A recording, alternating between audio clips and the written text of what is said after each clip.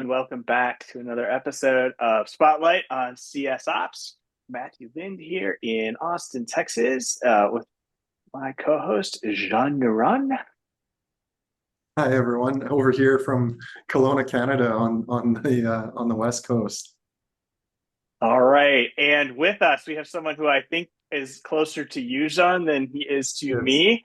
So we have Bradley Bazhaw on today, who has been one of the longtime CS Opsers or CS whatever we call ourselves. So we are so thrilled to have you, Bradley. Welcome. Thank you. Yeah, thanks for having me. I really appreciate it. And Thanks for you are, joining. if I have that right, you're up there in the Northwest, as I Yeah, recall as well. I joke that I'm part Canadian because I'm so close to the Canadian border. Can you see it from your house?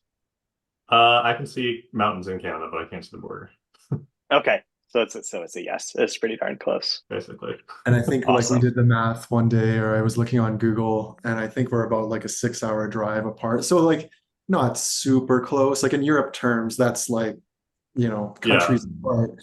right. It's like, In might as Texas well fly. terms, that's still inside the state. So Yeah, that's a day trip right Hop, there. skip, and jump. that's right. Awesome. Well, let's get started, Bradley. I'd love to hear a little bit about your experience and kind of like how did you get into the field and like how did you start? Like what did you study in school? Did you do systems or ops in school or how does that journey look like for you? Yeah, probably a little bit less traditional. I didn't have a, systems education necessarily. I actually studied language and linguistics, although I would argue that's it's its own kind of system and its own kind of logic, right? So, I You're a studied a liberal couple arts person. languages. It's great. Yeah, exactly. So, I studied a couple languages in college. I think that, kind of trying to figure things out with, pattern matching and, sentence structure, stuff like that. I think a lot of that foundational logic still carries over. But yeah, definitely, not a computer science background. Um, Out of curiosity, before you move on, what yeah. languages did you study? I studied German primarily and a little bit of Arabic. Oh wow, very cool. Don't ask me the speaking of it, but so I'll embarrass myself. When the podcast expands into Germany, we will know who to call for translation services. Excellent. Maybe. Fun fact, I had a contract gig. It was, I think either while I was still in college or right after where I translated apparel tags between English and German for like for sporting goods. Great. Amazing. Okay, so wash on cold. You know how to translate that? Yeah, we'll do a session later on Okay. translations. So And then language and linguistics. So I continue that thought. There's the pattern recognition, and I have yet to believe that there is a traditional route into CS ops. But um, how did you end up thinking, oh my gosh, systems administration and customer success operations? That's my swim lane because there's still a little gap in there somewhere to cover or cross. So how Yeah, did you get from there to there? yeah. I mean, I guess it never really crossed my mind because I didn't really know it existed for a long time. Uh, I think it was mostly just a combination of preparation and luck, right? So I think really, I think about kind of my career sort of like two halves, two sections, if you will. So the first part was I worked for a small company based in Seattle, helping international students and professionals on specific visa programs to do training and career development in the US. It was pretty old school, so everything was on paper. Like our onboarding binder was, it's like an actual three-ring binder, paper. It was, policies were either word of mouth or again in that kind of always outdated binder, right? Training folks was super time consuming. Onboarding new people, just kind of disseminating information was always a chore. And one of the projects that I took on for myself was basically create an internal website for us, or a wiki. Most people would probably use Confluence, something like that today. But I built this up with some HTML and Google Pages. I don't even know if that service is around anymore. It wasn't anything fancy, but it immediately made my life and I think my team's life just so much easier. looking up information, updating things, disseminating information, adding email templates, just like consistency of information and access was way easier and way faster. And then at some point at that job, I actually implemented a CRM, sort of my first exposure to them, HubSpot, actually. That was also a game changer for us. So we did a lot of scheduling with clients, a lot of like email templates we needed to update and kind of have some drip campaigns, if you will. So that implementing that saved us actual days per client at a time. So the cost savings for us was just enormous, and that really allowed us to spend less time just clicking around, trying to find things, shuffle stuff around, and actually get stuff done, right? And I think fundamentally, that's really kind of what CS ops to a large degree is about, right? So it's identifying what are those processes that need refinement, identifying and employing tools to improve those processes. And the goals behind that really are to, bring value and time back to your colleagues, to your coworkers, to the business so that they can deliver faster time to value in whatever area of the business they work in to the customer, whether that's directly or indirectly. So I think that kind of set a lot of foundation for me in terms of interest in, you know, problem solving, not just to solve a little puzzle, right, but to actually bring value to people in that space. And then sort of I'll kind of skip over the middle part, although it is a little bit interesting. I did a year in New Zealand working for the government there. But when Oh wow. Okay, I'm gonna let you skip it, but I'm gonna note that for myself. I need to come back and hear about that. The first time I actually was working in CS, and this was really the first time that I heard of like customer success as a thing, was when I actually moved back to the States and I started working for a local tech startup, actually in customer success operations. And that's also where I got my first exposure to Gainsight. There was a little bit of an inconvenient blip with COVID in there. And I had only kind of a short time worked with Gainsight, but when I was trying to figure out, what do I do next, I still hadn't really considered that as a career path necessarily. When I got back, it was just kind of like, I need a job, right? I need to work, and it was local, so that was awesome for me. And then I was talking with a friend of a colleague who was in marketing operations, and that kind of from that conversation actually is where I really first considered that a career path in customer success, system administration, something like that was like an actual thing that I could do. Not having used Gainsight for a few months at this point, or even having access to it myself, I saw that there was actually a certification you could take. So I thought, well, what better way to show that I have experience with this beyond what was on my resume? I have the certification. So basically just cracking open, a figurative book. I studied and passed for the Gainsight Level 3 exam, which I was, somewhat surprised by, but, gotta pat myself on the back for that. And I was just looking around for, Gainsight jobs, right? That was kind of my entry point. I was like, all right, I like that. It's kind of going back to that HubSpot that I installed earlier on and configured. That's kind of something that interested me. So I was applying for roles, and interestingly, this company that I ended up working for just under a couple of years, I didn't get the Gainsight admin job, but I guess I impressed the hiring manager, and she let me know of another job opening up on the same team. So I ended up getting that, and what I still find a rather hilarious twist of fate, I actually ended up becoming the Gainsight admin anyways, because shortly after I started, and I promised I didn't drive them away, they actually ended up leaving. And so we needed someone to fill the admin role. And so I, basically volunteered for that. Super Well cool. done. Yeah. So it kind of snuck in there under the wire. Tell And us kind of, about. Go ahead, Bradley. Go ahead. I was just going to say, kind of from there, I really took to community to really just dive in, and really try and learn as much as I could, kind of put some requests in there. When I was trying to, build something for the team, and like I couldn't do it, it wasn't possible. And I think something that we all know, the infamous Dark Knight, I think noticed my sort of ever-growing presence on the community, and had recommended I join the Slack channel that had just, I think, popped up not that long before. And for me, that was an awesome change. I got to interact with people, in real time. I got to have actual, personal connections, have those conversations.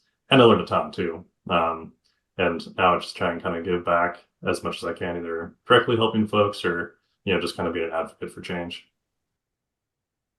Yeah, and you have been a long time, both I mean, gay site community member. Are you number one on the leaderboard over there, Bradley?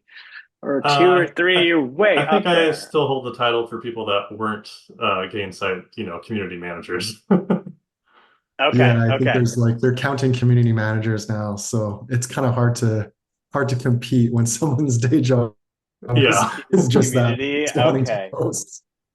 You're on the front page though. I do know that. And then yeah, you Yeah. are really a force. You're really and I would call you an inspiration in the Slack community, in the Gainsight Admin Slack community, just given the way you so freely offer of yourself and your experiences. So tell us a little bit about your experience, or maybe like some of the coolest or most interesting project you worked on over the course of your CS ops career.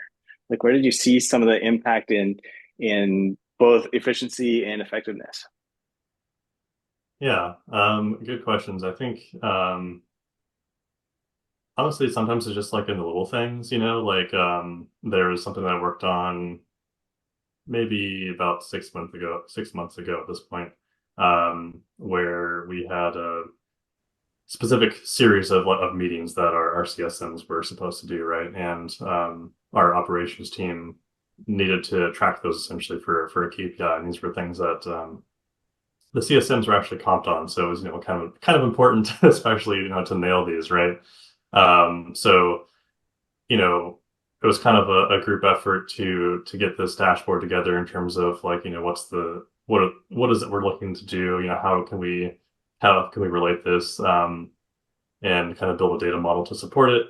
But at the end of the day, it was kind of having this conversation with a rather frustrated ops person, who was kind of like, all right, I really got to get this by a certain time. If I've realized that, the request that I put in doesn't really match what we have in the output, but really just kind of taking the time to sit and understand, all right, you know, what is it that's important to you? Like we get that you want to track these things, but what is it you're really trying to do, and like how you're trying to use this information, and how is what we have kind of as a say kind of an MVP, how is this not working for you? How can we kind of close that gap, and then being able to actually deliver on some of those changes, just kind of like the palpable relief that they had on getting this information available for them. How do you Yeah. actually cover the gap there that I just noted you talked about, from being a person who builds tools to being a person who asks, "Hey, what are you up to, and where are you going with this?" Because I think that's a bridge that some find challenging.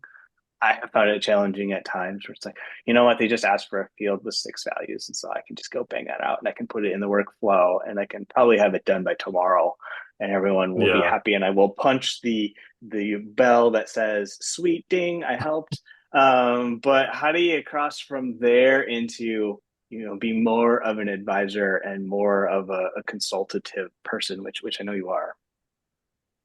I think some of it is experience of just kind of knowing like, oh, I've gotten requests like this before, and when I've done the thing they asked for, 2 weeks, 2 months later, they said, hey, we want to do this other thing, and it's now mutually incompatible with what they'd asked for originally. So trying to think, one or two steps ahead. Um, but I think some of it's just kind of like curiosity and wanting to deliver good results to people. Something that I found interesting recently, within the last year or so, is actually sounds like it's maybe unrelated, but is actually formal negotiation frameworks. So I think this is basically a concept that I don't know if it was pioneered by, maybe just made popular by Harvard. Not that I went there, but it's basically a way to kind of understand what and differentiate between what they describe as like a position versus an underlying interest. And not to like turn this into a lecture on negotiation, but essentially like a position is like the thing that I asked for, right? So it might be like, hey, I want a checkbox on this record, right? You're like, cool, I can do a checkbox, no problem. Um, but then the underlying interest might be, well, I want to track different types of account segments, right? And if you don't try and ask, well, what are you using this for? You might not uncover that, well, there's actually 4 segments, and a checkbox kind of gives you 2 options. So at some point, right, you're going to have to start adding more checkboxes. And then that's going to be kind of a hot mess. And at some point, someone might say, well, I really don't want 4 checkboxes. How can we consolidate this? So you could have saved a ton of effort by saying, okay, well, you want a checkbox, but what is the purpose of this? How are you going to use that? And then that can maybe bring you down the road of a different type of capturing that information that's maybe a little more scalable that can suit their really underlying interest of like what the actual need is. And I think that's so accurate. Like in CS ops, like we can't just be order takers. We can't Mhm. just give them the meal they ask. You have to ask why. You have to figure out like what's the underlying intent. So that makes so much sense. And I think you touched on something too. Like you seem to be someone who is very passionate about learning, who's maybe a consistent student as well as a practitioner in the field, and you're also someone that gives back a ton. I'm curious, like, is that must be part of your DNA? I must be hitting something there where you're continuously looking for things to learn or to study, and that's maybe helped you become as successful as you are in the field. Is that pretty accurate? Yeah, I mean, I think that's certainly a lot of it. Again, some of it is, like I said, kind of like, combination of preparation and luck, right? I certainly want to, credit all my success just for myself, but it is a community too. It's, putting yourself in a position where as opportunities come available, you can avail yourself, of them or, just connecting with folks, things like that. But, I think to be successful, really having that sense of curiosity and really wanting to not just, kind of take the ticket switch. There's nothing really wrong with that necessarily. Sometimes that's what's needed, just someone to kind of, grind out and do the work, right? But I think that's just something that I've always wanted to just kind of strive to be better and learn more and improve myself and hopefully be able to use that to give back to some degree. That's What awesome. are I see it in your career. Oh, I'm sorry, Zon. I'm sorry. Oh, go ahead.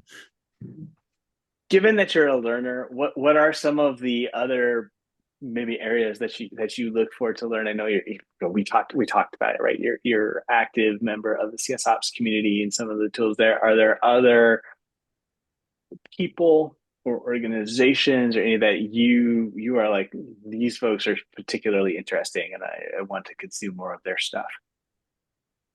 Well, there's this guy Matthew who has this really great course on CS operations. I don't know if that rings any bell for either of you. I think it's on. I plead the fifth on that one. Yeah, walked right I into that one, plead didn't the fifth. you?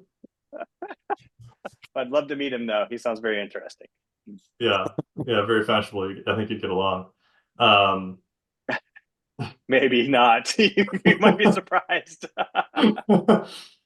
yeah, I don't know. I don't necessarily think limiting learning to like CS or operations is necessarily even like the best path. Like up until I got into CS and operations, like I said, I hadn't really even like thought about what that was, right? Um, I think it's more about being curious and learning and wanting to apply what you've learned to what you're doing in some fashion. Like, negotiating tactics aren't something that's really specific to CS ops, right? It's not even necessarily directly related, but thinking of those parallels and like, oh, I've learned about this framework and how to describe these things, and that'll help me maybe do this better. Then applying that to kind of the day to day, I think is more important than necessarily trying to find like, the best CS ops like blog post or influencer, what have you. Not to say that there isn't value in that as well. But I think like not limiting to yourself to like a specific like line of thinking. So I think also, thinking outside the box or even looking at like sales and rev ops type things, right? Um, being able to just kind of like synthesize information from different sources and things that maybe don't relate on the surface and being able to connect those can also be helpful because in some ways in operations, that's also what you're trying to do is try and weight things that may not be directly on the surface related to each other and try to find a way to make that work and build those connections. That's so cool. Like yeah, I'm a firm believer as well, like getting exposed to as much as possible. Like CSOps is not just one thing. Mm-hmm. And you're touching on it. There's systems work, there's strategy, there's negotiating. And so learning, it helps you become a better practitioner in the field the more you learn. Is there any resource that you've gone through, or maybe the Harvard one, or I don't know, Gainsight resources? I suspect maybe you'll name drop Matthew's course, but is there any resources that you'd recommend to newcomers to the field that might significantly help them get started or give them a leg up on the competition? Yeah, I mean, obviously, Matthew's course, the CS Ops is obviously a good one. I think, um, jokes aside, I got a lot out of that. It's not like that was my, first day in the job looking at that, but I think that similar to when I'm thinking of like the negotiating framework, like you might have those concepts in your head, but seeing them and hearing them articulated in a way that is like, oh, like this thing I've been thinking about is not just a thing that's in my head, like this is an actual concept. There are some like methods and methodology I can apply to it. I think that's really helpful just to kind of like hear those things out loud, even if you've heard them from other places. It kind of helps, tie the room together, so to speak. Um, and then I think just conversing with folks, I got a lot out of the community and the Slack group. There's, a lot of knowledgeable people there that oftentimes are going through, similar problems that you're trying to solve or have solved similar problems to what you're doing. And I think that's also a huge resource too, of just getting in there and asking questions. I think that's probably the biggest thing is ask questions. Yeah, that curious Agreed. mindset will take you a long way. Bradley, you converse with a lot of folks as you referenced in this field. I think you're quite a thinker. Uh, Give us a prediction. Let us know Oh something no. you see on the horizon for either customer success or customer success operations. Well, let's see. If I could predict the future, then I'd probably be a different line of work. No. Um, I think I think one of the I don't know if it's a challenge or an opportunity or maybe both, but with customer success, it's not. I mean, the idea of customer success is driving success for your customers, right? It's kind of in the name. But it's also at the same time not just the responsibility of customer success to do that. And I think one of the things is being able to align with other teams in your organization that they still have something that they need to do to contribute to that customer success, right? And the tools and the processes that you use can't exist on their own, like in isolation of the company. If you want to be successful, I think there needs to be some of that. I hate using corporate buzzwords, but something has to be synergy between teams. There has to be an understanding of, what is the customer journey like, right? How do we support that? You can't just, you know, throw a CSM in and say like, hey, deliver value to them. It's all part of a kind of a package. So you might own delivering value for that customer based on your role in the organization. But if the company itself really wants to deliver value, then I think it has to be a concerted effort to align between teams on how they do that. I really like that, and that echoes a lot of my own sentiment as well. Like I think companies have often thought like, vertically, like they look at their silos and I'm the marketing team, so I'll just focus on this part. I'm the sales team, I'll just focus on this part. But more and more we have to think a lot more horizontally across the customer journey. Like Hmm. it's important. We can't just be all working separately in our own silos anymore, because you can't deliver value and retention and expansion by thinking about just these vertical layers. I think you have to start thinking a lot more about how do the stories start in marketing and echo in sales and move on into post sales, and how does that all kind of Hmm. align and drive the value or the expectations that you're expecting with your clients. So I love that. Yeah. Well, it's been an absolute pleasure getting to know you a little bit more and just hearing your story. I mean, you're someone that I saw quite early on in the community. I think you've helped me on a few different things. I know we've chatted a few different times as well on different aspects, and it's just great to have you as part of the community, and great to watch your career grow. So really thankful for you to join us today here, Bradley. Yeah, well, I'm super grateful for the invite too. It's definitely humbling to be invited to two powerhouses in the ops community along with all the other guests too. Well, I echo everything John said.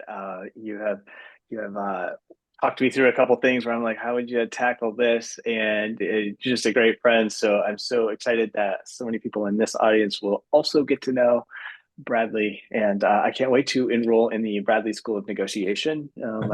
Send me a link, and I will put in my There we credit go. card. It sounds amazing. So yes, thanks, Bradley. Great to have you today.